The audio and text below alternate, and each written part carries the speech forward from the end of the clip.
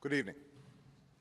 Tonight, I can report to the American people and to the world that the United States has conducted an operation that killed Osama bin Laden, the leader of Al-Qaeda, and a terrorist who's responsible for the murder of thousands of innocent men, women, and children. It was nearly 10 years ago that a bright September day was darkened by the worst attack on the American people in our history. The images of 9/11 are seared into our national memory.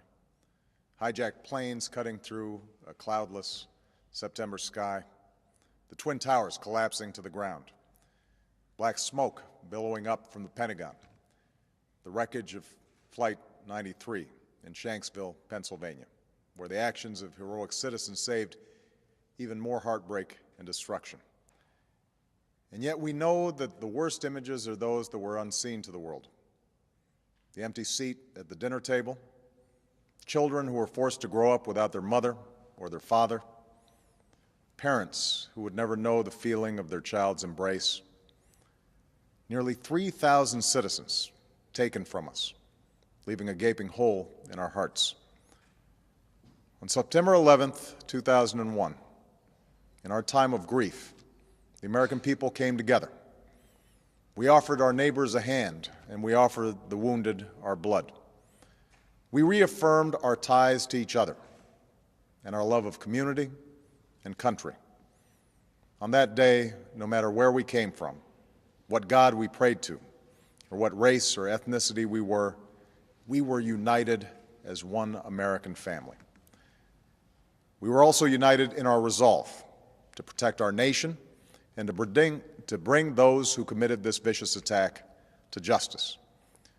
We quickly learned that the 9/11 attacks were carried out by Al-Qaeda, an organization headed by Osama bin Laden, which had openly declared war on the United States and was committed to killing innocents in our country and around the globe.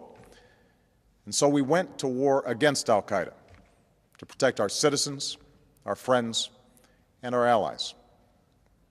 Over the last 10 years, thanks to the tireless and heroic work of our military and our counterterrorism professionals, we've made great strides in that effort. We've disrupted terrorist attacks and strengthened our homeland defense. In Afghanistan, we removed the Taliban government, which had given bin Laden and Al-Qaeda safe haven and support. And around the globe, we worked with our friends and allies to capture or kill scores of Al-Qaeda terrorists, including several who were a part of the 9/11 plot.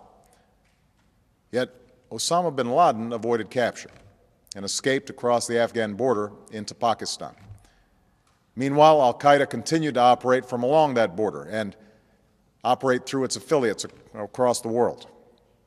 And so shortly after taking office, I directed Leon Panetta, the director of the CIA, to make the killing or capture of bin Laden the top priority of our war against Al-Qaeda, even as we continued our broader efforts to disrupt, dismantle, and defeat his network. Then, last August, after years of painstaking work by our intelligence community, I was briefed on a possible lead to bin Laden. It was far from certain, and it took many months to run this thread to ground. I met repeatedly with my national security team as we developed more information about the possibility that we had located bin Laden hiding within a compound deep inside Pakistan. And finally, last week, I determined that we had enough intelligence to take action and authorized an operation to get Osama bin Laden and bring him to justice. Today, at my direction, the United States launched a targeted operation against that compound in Abbottabad, Pakistan. A small team of Americans carried out the operation with extraordinary courage and capability. No Americans were harmed. They took care to avoid civilian casualties. After a firefight, they killed Osama bin Laden and took custody of his body.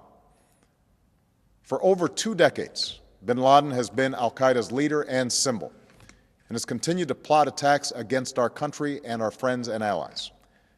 The death of bin Laden marks the most significant achievement to date in our nation's effort to defeat Al-Qaeda.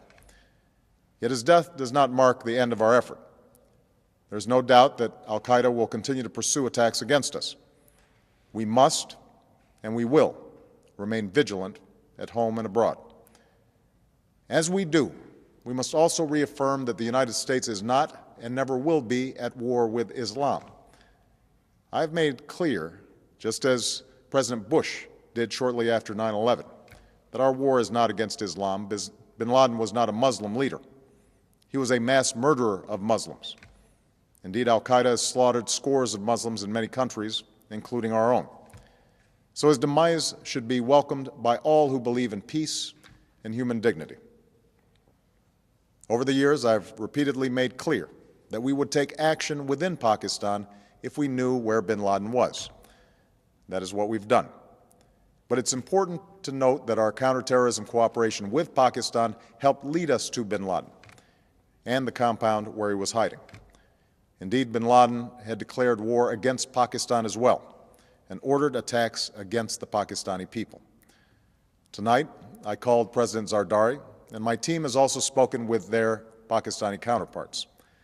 They agree that this is a good and historic day for both of our nations. And going forward, it is essential that Pakistan continue to join us in the fight against Al-Qaeda and its affiliates. The American people did not choose this fight. It came to our shores and started with the senseless slaughter of our citizens. After nearly 10 years of service, struggle, and sacrifice, we know well the costs of war.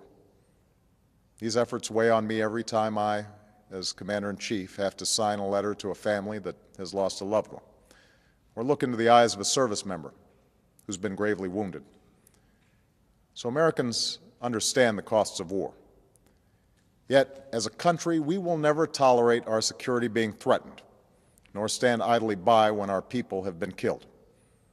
We will be relentless in defense of our citizens and our friends and allies. We will be true to the values that make us who we are.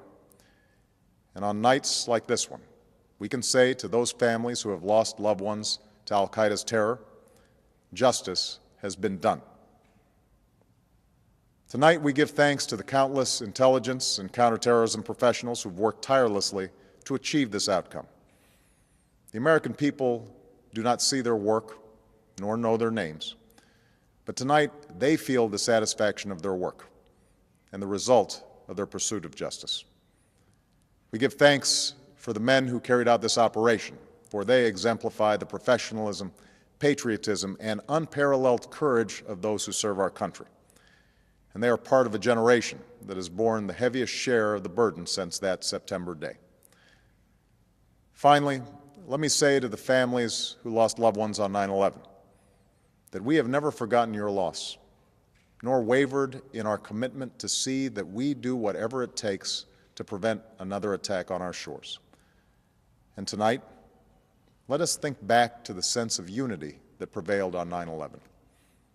I know that it has at times frayed, yet today's achievement is a testament to the greatness of our country and the determination of the American people. The cause of securing our country is not complete, but tonight we are once again reminded that America can do whatever we set our mind to. That is the story of our history. Whether it's the pursuit of prosperity for our people or the struggle for equality for all our citizens, our commitment to stand up for our values abroad, and our sacrifices to make the world a safer place. Let us remember that we can do these things not just because of wealth or power, but because of who we are. One nation, under God, indivisible, with liberty and justice for all. Thank you. May God bless you, and may God bless the United States of America.